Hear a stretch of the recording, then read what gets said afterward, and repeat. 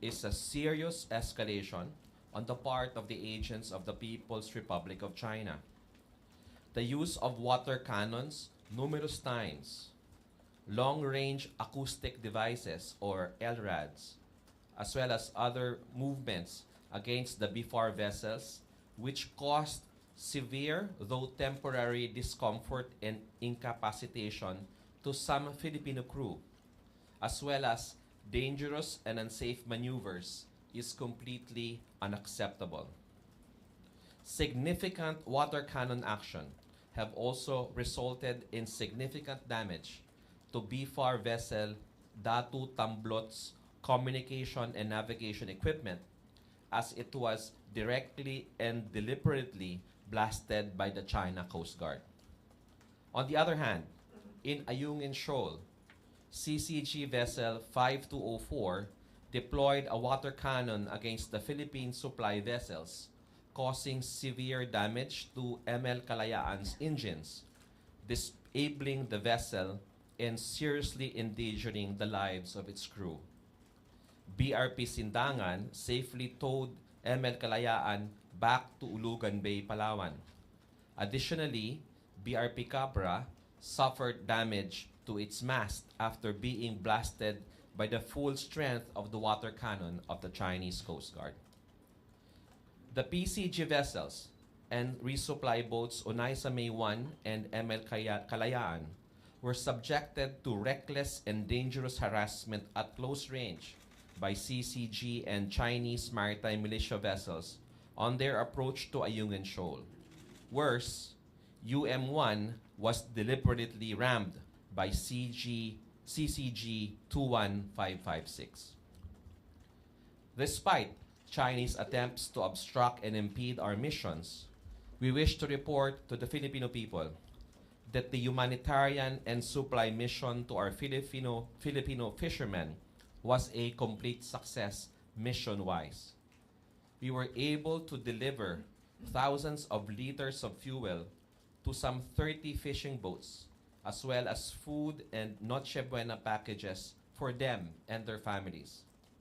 Some 30 tons of fish was also caught in BDM waters as a result of the mission by DA BFAR. The regular RORE mission to BRP Sierra Madre was also a partial success, with UM-1 successfully reaching LS-57 and unloading supplies to the gallant Filipino troops stationed therein. China's claim that the small and wooden Onaisa May 1 intentionally rammed a CCG vessel is the height of disinformation and fake news. It's akin to claiming that a tricycle intentionally rammed a Victory Liner bus on its way to Baguio. We express grave concern over the deliberate disinformation campaign being waged by Beijing using official channels. China's claim that the United States is fueling the Philippines' audacity for provocation similarly has no basis. The missions to Bajo de Masinloc and Ayungin Shoal are completely Philippine missions utilizing Philippine public vessels and Philippine troops. The United States has no involvement in the missions itself, which could be the basis for this speculation from China.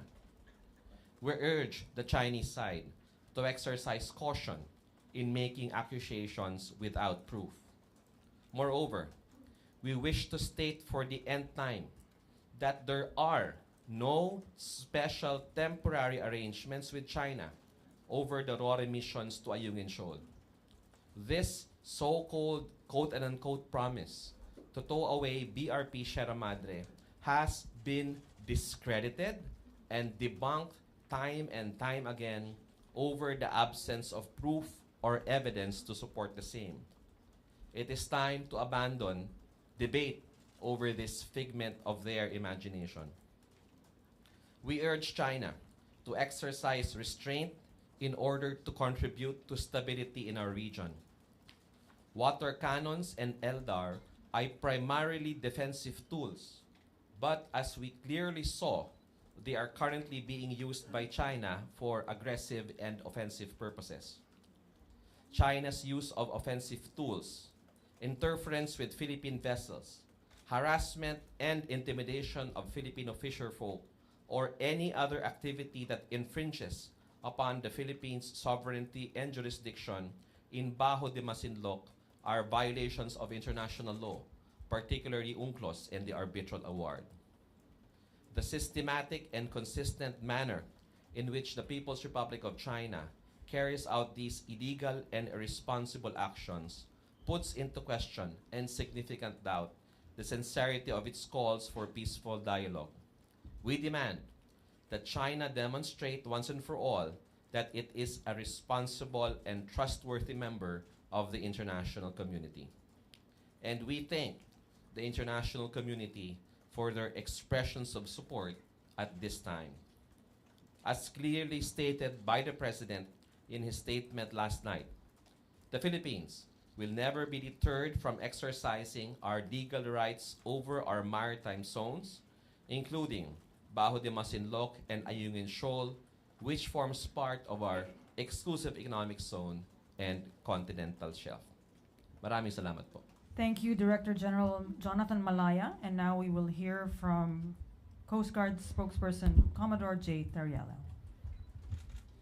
Good morning, everyone. I prepared a briefing for this morning's press conference.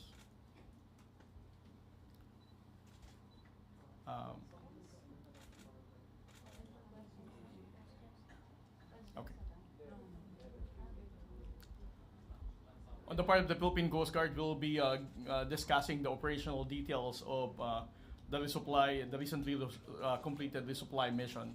And of course, after this briefing, we're going to discuss as well the operational details of the humanitarian mission of the Bureau of Fisheries and Aquatic Resources last Saturday. For the last completed RORE mission yesterday, as you are aware, there were 2 Philippine Coast Guard vessels that our Commandant, Admiral Ronnie Hill Gavan, deployed to support the resupply mission of the Armed Forces of the Philippines. That is BRP Sindangan and BRP Cabra, to support the resupply boats of the Armed Forces of the Philippines, ML Kalayaan and Onaiza May 1. Next slide.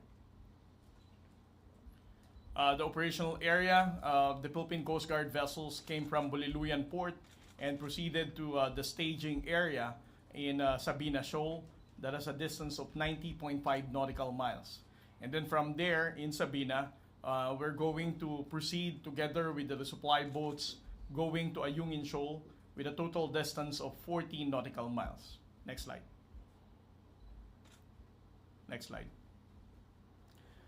As early as 5:40 in the morning of December 10, we were able to monitor an unknown Chinese maritime militia vessel because we were not able to see the bow number of this vessel, and it's already conducting dangerous maneuver towards the resupply contingent.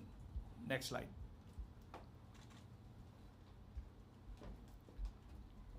Around 5:50 in the morning, China Coast Guard vessel 5204 already started using its water cannon against ML Kalayaan, more than 3 times with about 5 minutes interval. As you can see on the video. And during this time, around 5:50, there are already 4 Chinese Coast Guard vessels that are shadowing the entire supply contingent. Next slide.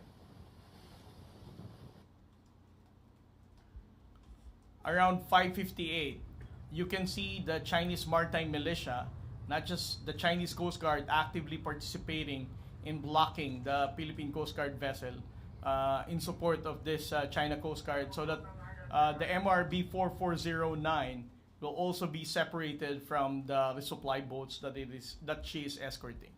Next slide.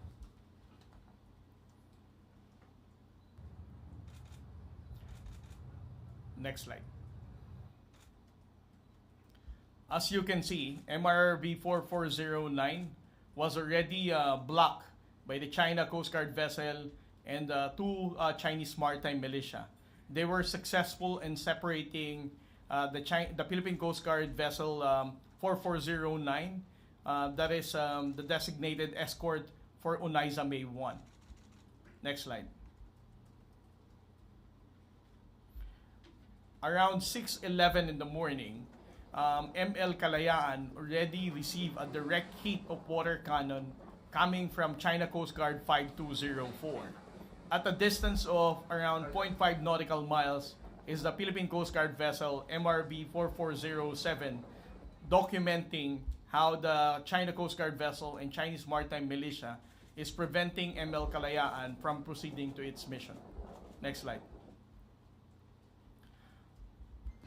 Around 6:20, 9 minutes after ML Kalayaan was directly hit by the China Coast Guard vessel, the Philippine Coast Guard proceeded to its location, noting the fact that it's no longer moving. It means that it has already engine trouble. This is the reason why ML Kalayaan, from this moment on until the completion of the resupply mission, it was already securely moored together with the MRB 4407. In short, it no longer has the capability to proceed to its mission. Around 6:24, on the other hand, the other Coast Guard vessel, MRB 4409, is also being sprinkled by the Chinese Coast Guard as it escorted Unaiza May 1.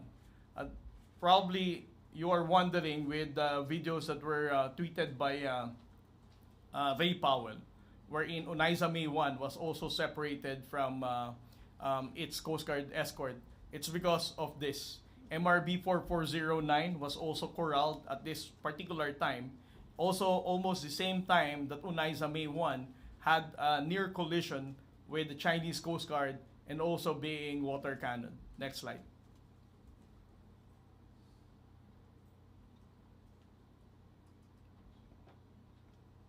Next slide. This was the video that I'm referring. Around 6:39, you can see that Unaiza May 1 is almost having a near collision with this Chinese Coast Guard vessel, as she is also being water cannoned at the same time. Interestingly, 3 hours after this incident, the Chinese government, through the Chinese Coast Guard, already released this statement saying that it is the resupply boat that caused the collision between the Chinese Coast Guard and our resupply boat. Next slide.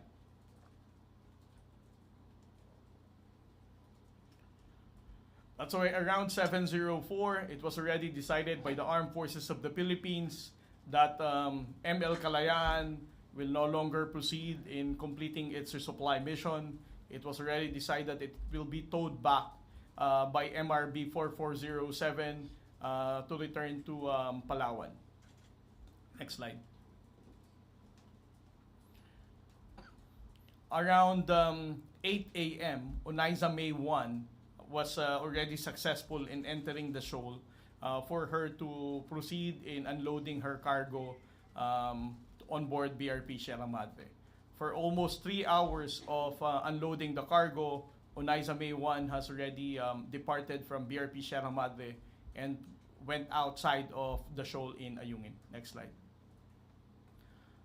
However, while the Philippine Coast Guard vessel MRB 4409, the designated escort for Unaiza May 1, was waiting for Unaiza May 1 to complete her unloading of cargo, the Philippine Coast Guard is experiencing this dangerous maneuver from China Coast Guard vessel and the Chinese Maritime Militia.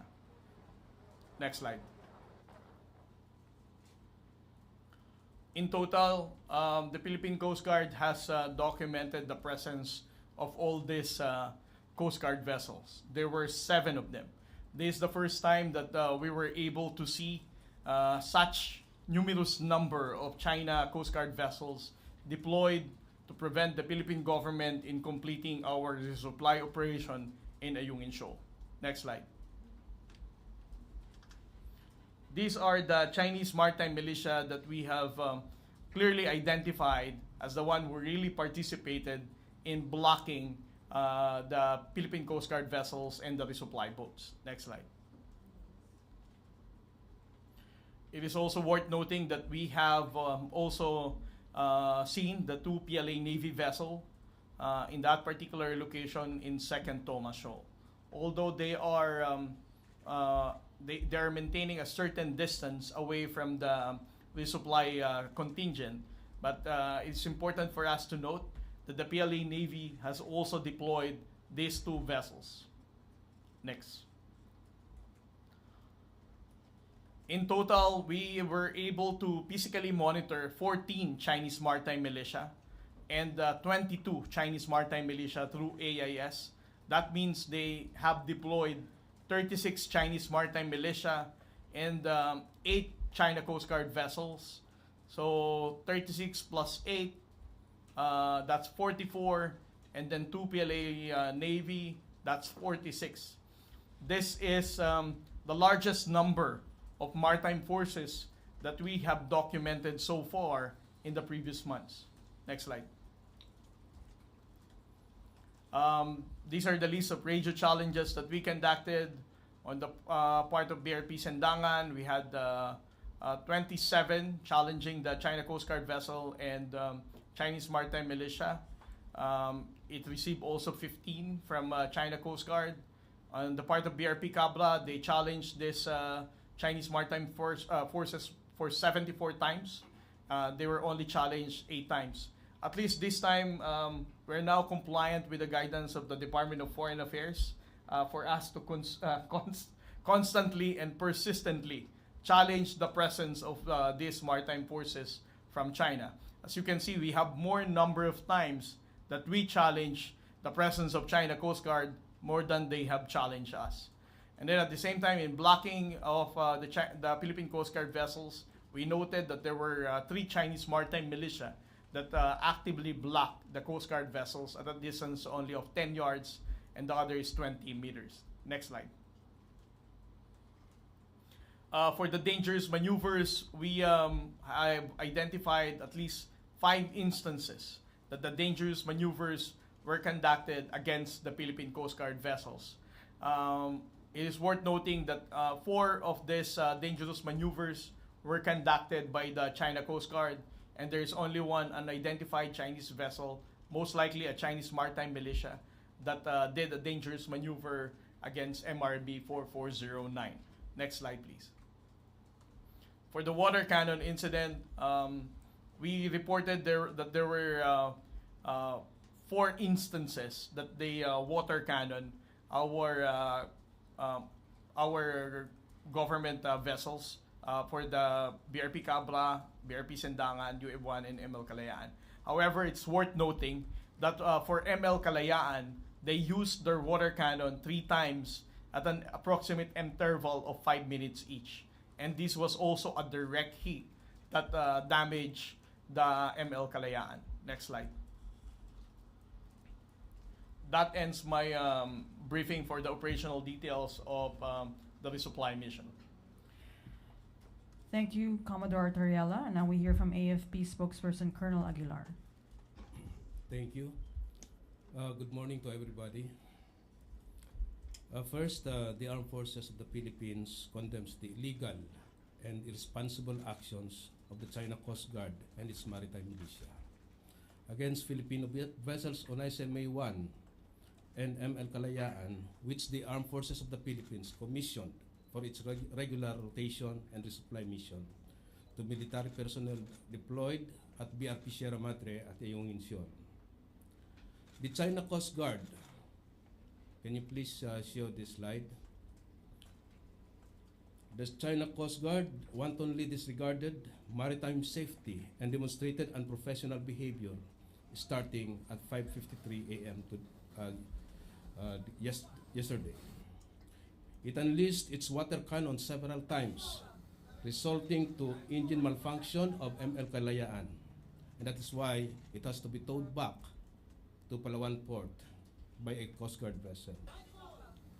As you can see, this is the incident inside ML Kalayaan, how they were jolted by the strong pressure coming from the water cannon of China Coast Guard.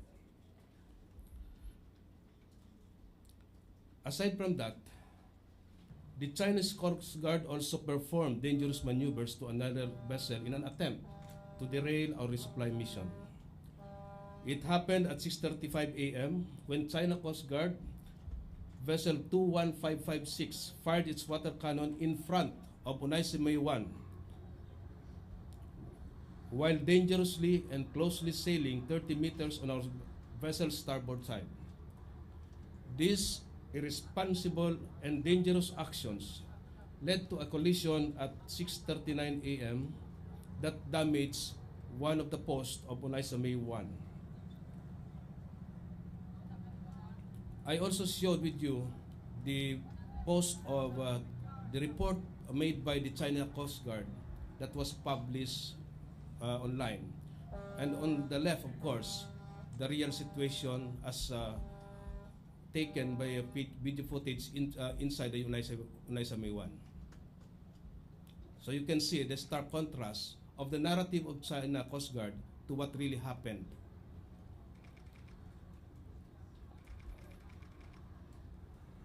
Next slide, please. Also, another video before the collision took place. As you can see, the water cannon is directly hitting Onaisime 1.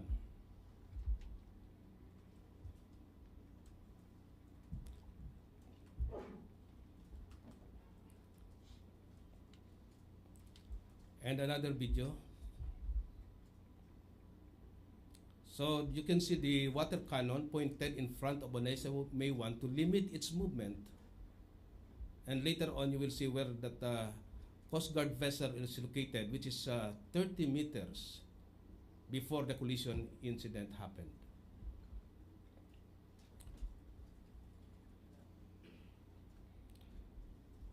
We hold China Coast Guard responsible for the damages our vessels incurred.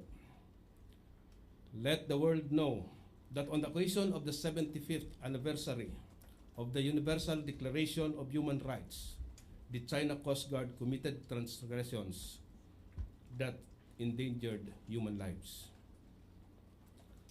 China Coast Guard and its maritime militia have no right to interfere in our routine and legitimate operations. Ayungin Shoal is within our exclusive economic zone, and their presence and actions are undermining the peace and stability in the West Philippine Sea. Thank you. Thank you, Colonel Aguilar. Now we'll hear from DFA spokesperson Maria Teresita Daza. And good morning to all of you. The Department of Foreign Affairs is committed to pursue its mandate of protecting and upholding the Philippine legal maritime entitlements in the West Philippine Sea, and is utilizing all forms of diplomatic actions available. We note that this is the fourth time this year, with the two incidents happening just over the weekend, that water cannons have been used against Philippine vessels. More alarmingly, this is the third incident where dangerous maneuvers by Chinese vessels have resulted in a collision since the 22 October Aurora mission. Our Philippine Embassy in Beijing have made a démarche to the Chinese Ministry of Foreign Affairs yesterday. The démarche included in the agenda the incidents in the Bajo de Masinloc last Saturday and in the Ayungin Shoal yesterday. The Department of Foreign Affairs has also lodged a protest to the maritime communication mechanism yesterday while the Aurora mission was underway. The Chinese ambassador has also been summoned. Bajo de Masinloc is an integral part of Philippine territory and over which the Philippines has sovereignty and jurisdiction. China's action on 9 December, dousing of Philippine vessels using water cannons, are serious actions aimed at preventing Philippine authorities from undertaking legitimate activities around the area. These actions violate the Philippines' sovereignty and jurisdiction and are a threat to peace, good order, and security. We reiterate that the resupply mission to the PRP Sierra Madre and Ayungin Shoal on 10 December is a legitimate exercise of the Philippines, given that the feature is part of our exclusive economic zone and continental shelf. the Philippines has sovereign rights and jurisdiction over it. As a low tide elevation, Ayungin Shoal can neither be subject of a sovereignty claim, nor is it capable of appropriation under international law. China's purported exercise of maritime law enforcement powers, interference with Philippine rotation and resupply missions, harassment and intimidation of Philippine fisherfolk, or any other activity that infringes upon Philippine sovereignty and jurisdiction in Bajo, Masinloc, and the Philippine sovereign rights and jurisdiction in Ayungin Shoal are violation of international law, particularly the UN Convention on the Law of the Sea. The Department of Foreign Affairs will not tire of conveying this position on Bajo de Masinloc and Ayungin Shoal to the Chinese side, inspired by our steadfast uniformed personnel on the BRP Sierra Madre and the services that are committed to their support and sustenance. Philippine activities in both features are legitimate and undertaken pursuant to UNCLOS, the Constitution of the Oceans. Our policies remain anchored on the 2016 Arbitral Award and our commitment as a state party to UNCLOS. It is regrettable that yesterday, the 10th of December, is also the 41st anniversary of UNCLOS, and the day was commemorated with such violation of the convention. Once again, we thank the international community for their continued expression of support to the Philippines and the defense of the rules-based international order. We will continue to call on China to be a responsible member of the international community and abide by its commitments, desist from undertaking actions that violate Philippine sovereignty, sovereign rights and jurisdiction in the West Philippine Sea, and undermine the mutual trust and confidence that should underpin bilateral relation. End of statement. Thank you. Thank you, Assistant Secretary Teresita Daza. Now we open the floor to questions from the media. We start with Tristan Nodalo of CNN. Microphone, please. Joyce, thank you. Good morning po, Ambassador Tess.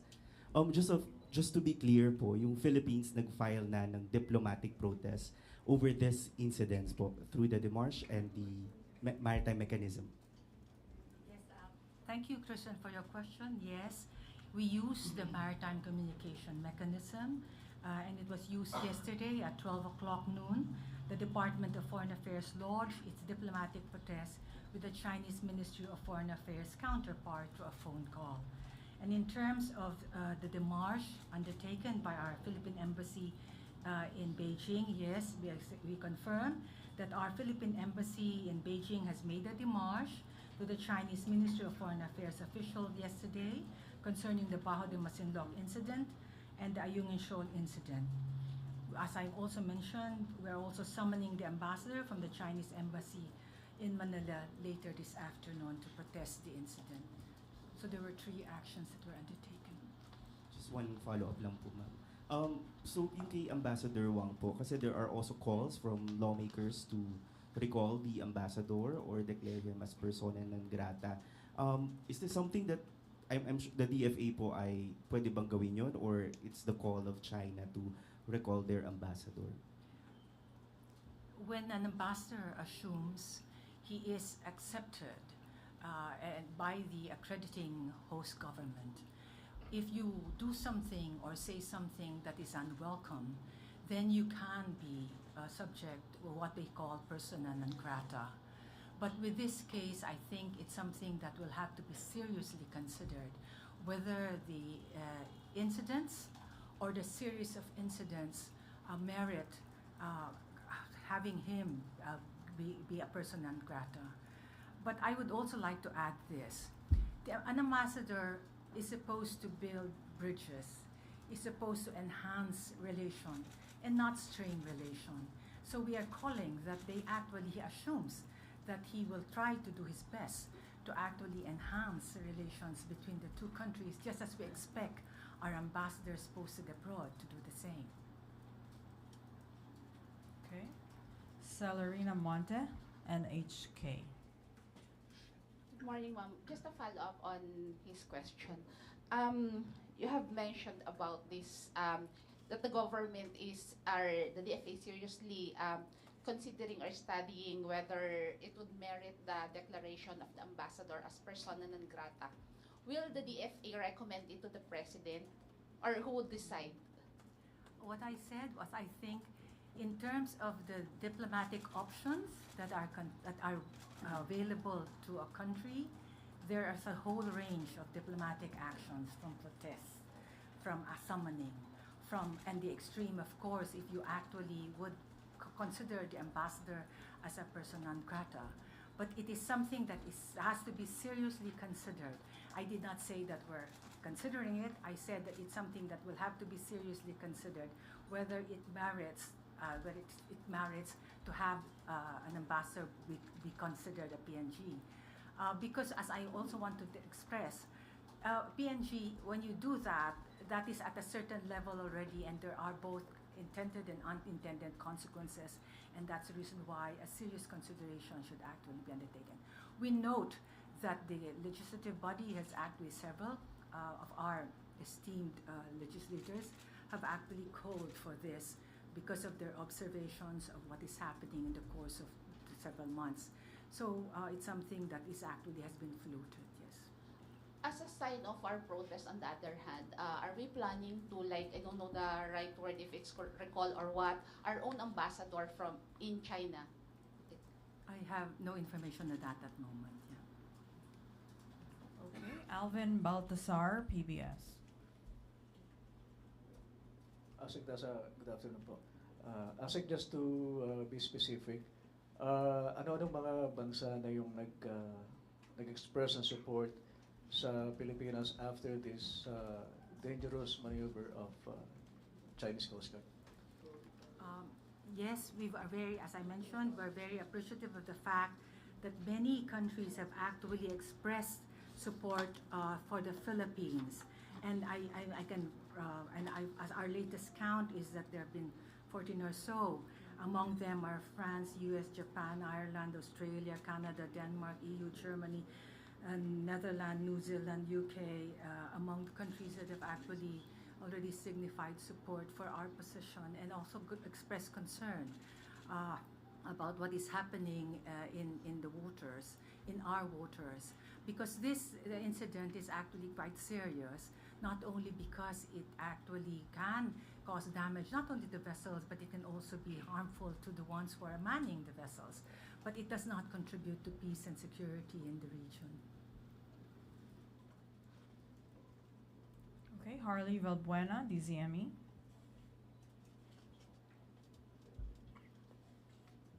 Hello, good morning, sirs and ma'ams. These things just keeps on happening and happening almost every time we do Rory Masons. So don't you think that it is the proper time to do a more intensified action against China? Because I think this will keep on happening kapag nagkaroon po ulit tayo ng Rory Masons kung wala po tayong gagawin. Can I just say, I know this has actually been raised, but I'd like to underscore the importance of protests. Because coming from the FA, it's important for us to stress this. A protest has both diplomatic and legal function. First, they express a state's official position on a certain issue, allows us to assert our rights, and also prevents acquiescence to positions or rights asserted by other states. So in the West Philippine Sea, a protest issued by the department is actually very important. At the same time, they are official positions, and that's the reason why, and I like to explain this. Sometimes some of you would be impatient. How come the FA has not responded? Why have we not? Has a protest been undertaken? This takes a little bit of time, and a little bit we have to wait and assess, and before a decision whether to protest or not is undertaken. Because they are official position, they have actually legal value, because they are evidence of state practice. China is underscoring its position based on customary practice. If you agree to that and you don't say anything, then you're saying that yes, they're on the right. But we're saying no, they're not on the right. Not only are we supported by UNCLOS, more important, this has been reaffirmed by the arbitral award. So it has a legal value as evidence of state practice. A protest serves as a formal record of the incident, and this may be used by the Philippines for any legal action that it may choose to undertake in the future. As to other actions that will be undertaken, I think I leave that to the other gentleman to actually respond. Thank you. Question lang po kay Commodore Tarriel and also to Colonel Aguilar. Sir, tanong ko lang, meron ba tayong available vessels that have the capacity to do a water cannon? Yes, all of our Coast Guard vessels have water cannon. But let me stress the fact, that for the Philippine Coast Guard, we believe that the water cannons that are placed on our vessels are intended for us to carry out our duty in combating fire at sea. This is not something that we consider as an offensive weapon to damage any other vessel. We believe that if we're going to be consistent with that kind of behavior as a Coast Guard organization, we don't need to go down to the level of the Chinese Coast Guard using their water cannon to use it as an offensive weapon and damaging the other vessels. Again, the Coast Guard organizations here in the region has something to do with maritime safety. And with what the China Coast Guard is doing, obviously it doesn't conform with the regional standard of promoting safety. So sir, every time the Chinese vessels blast us with their water cannons, we cannot do a counter water cannon on them? Again, we choose to maintain our moral high ground. If they're going to choose to do that kind of barbaric attack to prevent the Philippine Coast Guard or the Armed Forces of the Philippines in completing our resupply operation, then let them be so. But for the Philippine Coast Guard, using a water cannon to respond to such attack is something that we're not going to do. Secondly, we abide with the guidance of the President that we don't have to do anything stupid to escalate the tension. Just to add. Alexis Romero, Philippine Star. Yeah, just to add. I'm sorry, go ahead. Just to add to the answers, the National Task Force West Philippine Sea has prepared a new national strategy on the West Philippine Sea, and we have made some adjustments given the recent developments, and we hope to be able to present this to the President very soon. So if the question is, will there be adjustments in our movements? Yes, as soon as the President approves the national strategy, because the President himself is concerned. In his recent statement yesterday, he has expressed his deep concern and his commitment to these missions that we are undertaking. So in consonance with his policy direction, the national strategy has been prepared for the NTF-WPS for his appreciation. Go ahead, Alexis. To ASEC DASA, if I remember correctly, President Marcos and President Xi agreed to lower the temperature in the West Philippine Sea during their latest meeting in the US. Whatever happened to that commitment? We're asking the same thing. Because there is a dissonance between what is being said and promised between what's happening in the waters. And that's the reason why we're calling on China to be a responsible member of the international community. And it is a signatory to UNCLOS, to abide by UNCLOS. And for us, also the Arbitral Tribunal Award. Second question, ASEC. Whatever happened to the plan to set up a hotline, communication hotline, to prevent similar incidents? Because apparently, despite the agreement to set up such a mechanism, these kinds of incidents persist. Alexis, there is already a communication mechanism, but we call it a communication mechanism. China wants to call it a hotline. But as I mentioned earlier, it has been used for this one.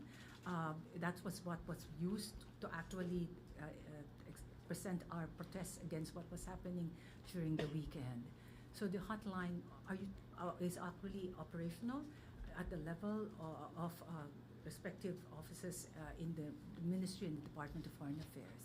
But ASEC, that's for the protest. But if I remember correctly, the hotline or communication mechanism was supposed to be an effort or an attempt to prevent such incidents. So is it really working? There are different mechanisms already in place to actually discuss and manage these relations. No, and both in bilateral and even in terms of the regional measures. But hotline will only work if both are actually sincere in actually making sure that they answer, and then they actually don't just actually speak and present their narratives, but figure out how they will actually seriously manage it. So far, we've actually been using the hotline. We've used it, as I mentioned, with this one. Although I would like to say on the side that it took a little bit of time before they actually responded, and when they did respond, it was another number that they actually used. So it's something that is something that will have to be worked out. So yeah, but hotline is just one. You have to actually look at other and exhaust the other mechanisms to see how things. But there has to be sincerity in terms of making sure that you'd like to really manage it, and make sure that you actually see how you can avoid conflicts. And yeah. Thank you, ASEC. Okay. Eden Santos.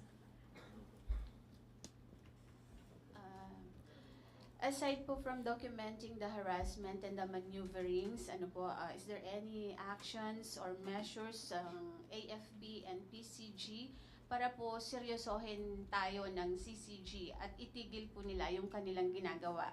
And ano po ba yung mas particular na detalye yung national strategy na binabanggit po ni ASEC Malaya? Mag-iiba ba tayo ng ruta at kung hindi tayo dadaan kung nasaan yung mga Chinese vessels? Thank you. We will not disclose operational matters. As what our spokesperson from the NTF-WPS, there are changes, there will be adjustment in the strategy, so we will just follow. Okay. Ivan Mayrina, GMA 7. Addressing this question to ADG Malaya and Colonel Aguilar, would you consider it a next level aggression and provocation that the China Coast Guard blasted a vessel with water cannon where the Chief of Staff of the Armed Forces was actually on board and he personally witnessed it? Wouldn't that be considered an act of war, or maybe I don't know, paano ho tinitingnan ito ng Armed Forces?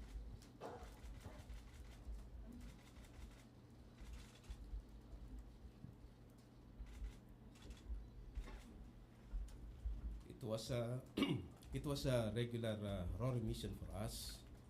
Of course, there were contingencies prepared because of the presence of the Chief of Staff. But he was there to experience for himself, firsthand, what China is doing to our RORI mission.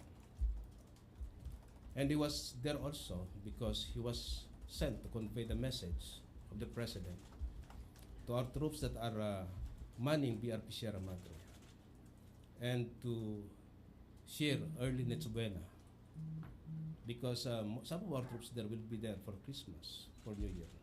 And these are sacrifices that our soldiers have to perform. And I think this is very much appreciated now by our people, and thank you for that. So that attack was not an act of war?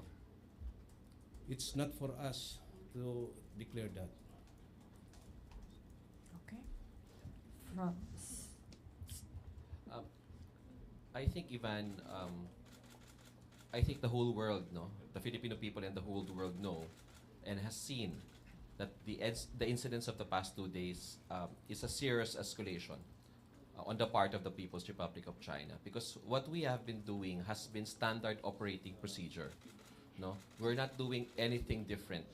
We always do this humanitarian and supply missions to Bajo, Masinloc in support of our fishermen. We do regular RORI missions to Ayungin, but the actions that they have shown in the past few days really have shown a desire on their part to escalate situations.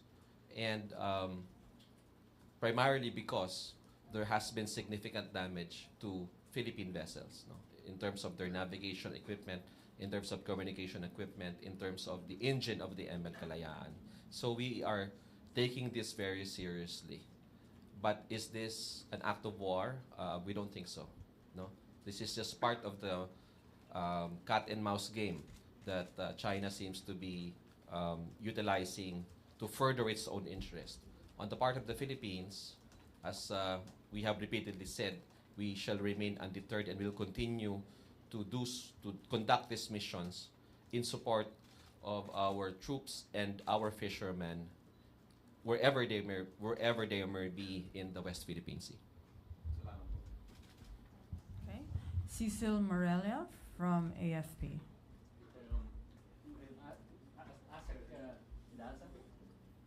What time is Ambassador Wang being summoned so that we can document it?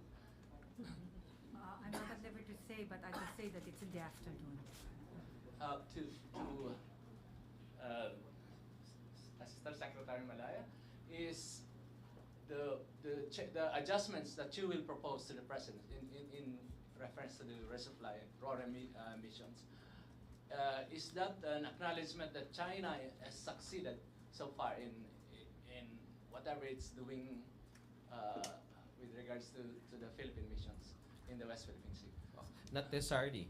As I stated in my opening statement, we have in fact been successful in undertaking our missions, mission-wise. We were able to deliver the food, the fuel to our fishermen, which has resulted in significant catch for them. So, and we were also partially successful in the raw missions because the Chief of Staff, as mentioned, was present and was able to experience it and was able to talk directly to our troops in BRP Sierra Madre. So if you look at it in that angle, China has not been successful in impeding or obstructing, because if you look at their statements coming from the Chinese Foreign Ministry, their statements say that they were able to regulate the movements of Philippine vessels. No, they were not. They attempted to impede, they attempted to obstruct, but our vessels were skillful enough to be able to proceed and conduct the missions despite the provocative and dangerous actions undertaken. Now, on the part of the disinformation campaign, they are also on the losing side, because we have shown to the world that the narrative coming from China is not true and is part of disinformation and fake news. Therefore, insofar as the narrative in the global community, it is the Philippine side that's winning. Theoretically, the Chinese Coast Guard and their maritime militia vessels have the capacity to block entirely the lagoon towards the entrance of BRP Sierra Madre. What will be our option if and when that happens? It will happen.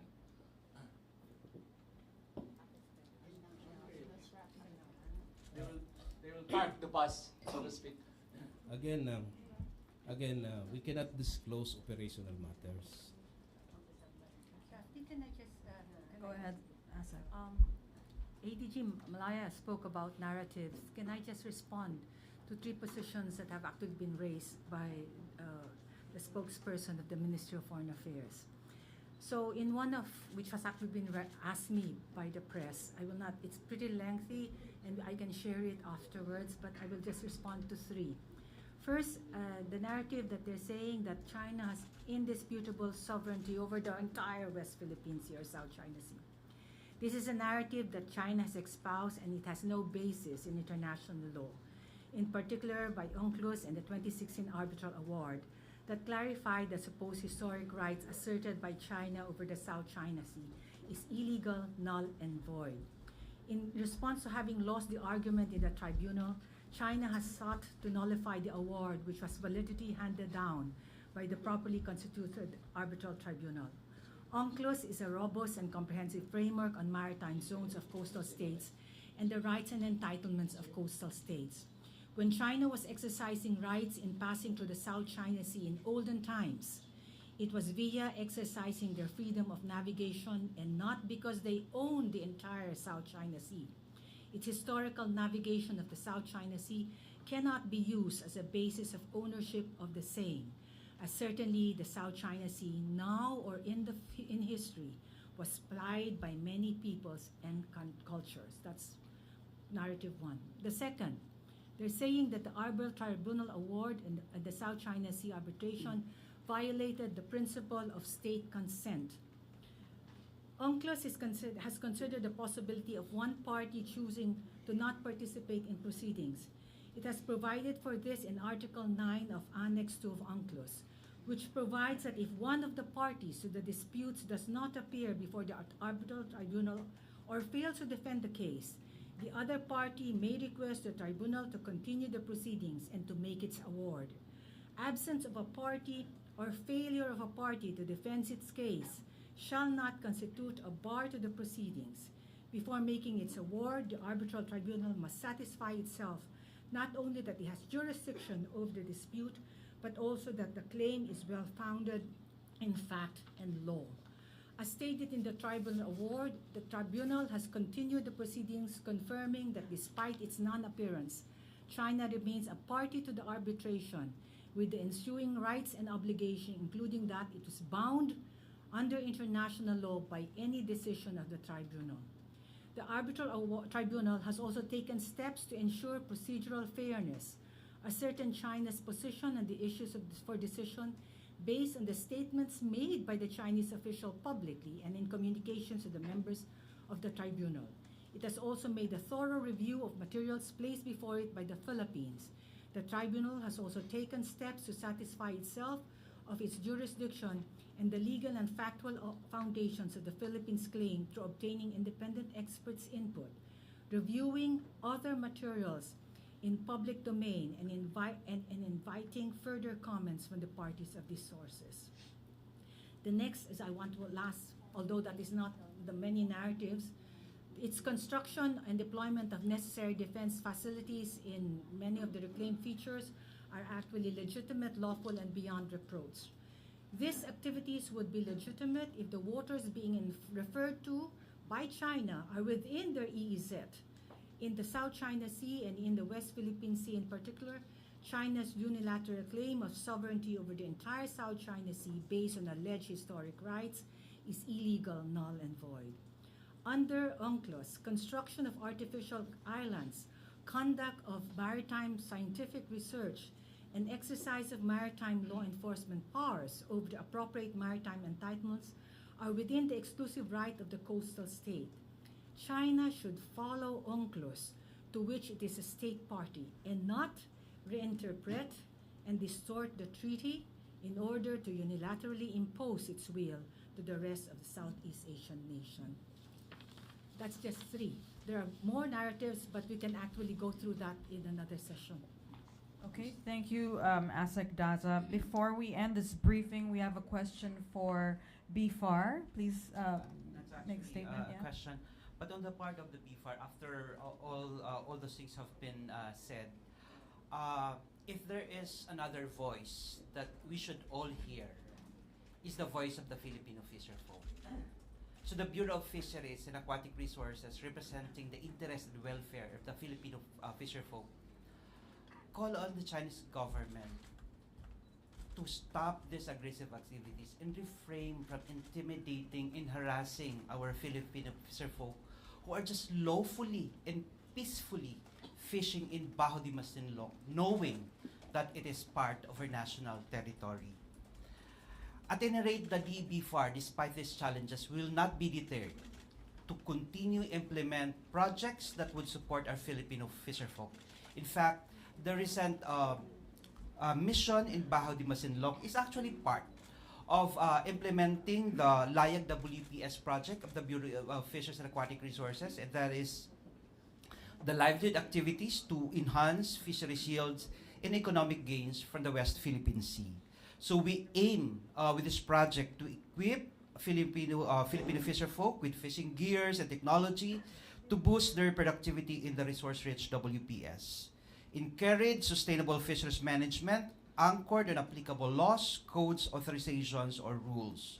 We will continue to collaborate with concerned government agencies and units to ensure the seamless delivery of livelihood services to the West Philippine Sea fisherfolk.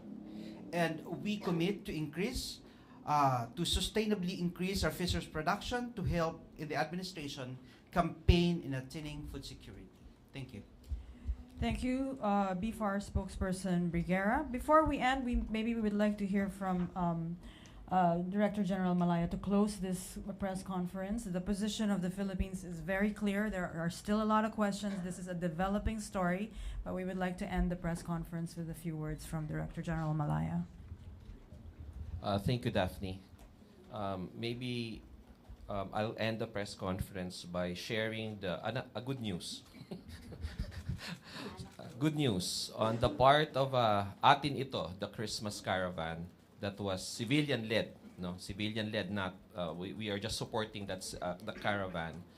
They reported to us that one of their supply boats, ML Chawi, was able to reach Lawak Island at 5 o'clock this morning, and that the donations, that were intended for our troops in BRP Sharamada and many parts of the West Philippine Sea have been turned over to our troops there, and the rest of the donations are going to be transferred to the Philippine Coast Guard and the Armed Forces of the Philippines, Westcom, for their distribution to our troops in the West Philippine Sea. So the commitment of the National Task Force West Philippine Sea to the welfare and the welfare of our gallant troops in the West Philippine Sea is there, and we will continue. We salute them. We salute them and commend them for their gallantry, commitment, and dedication to service. Thank you very much. Thank you so much. And on that note, this ends our press briefing. Thank you, Malacanang Press Corps, and our foreign media as well. And thank you to our panel. Magandang hapon at mabuhay ang Pilipinas.